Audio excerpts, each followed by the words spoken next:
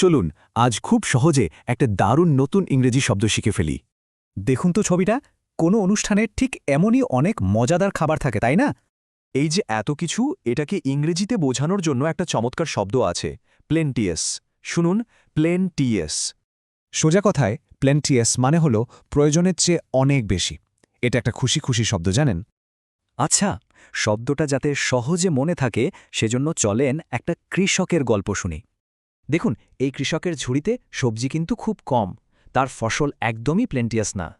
কিন্তু এখন কি অবস্থা দেখুন তো, তার ফসল এখন অনেক, একেবারে প্লেন্টিয়াস।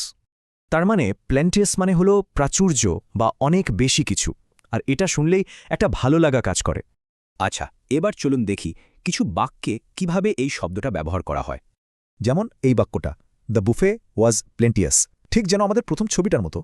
এবার দেখুন, এ প্লেন্টিয়াস হারভেস্ট, এটা তো আমাদের সেই কৃষকের গল্পের মতোই, প্রচুর ফসল হয়েছে। ব্যবসার ক্ষেত্রেও কাজে লাগে।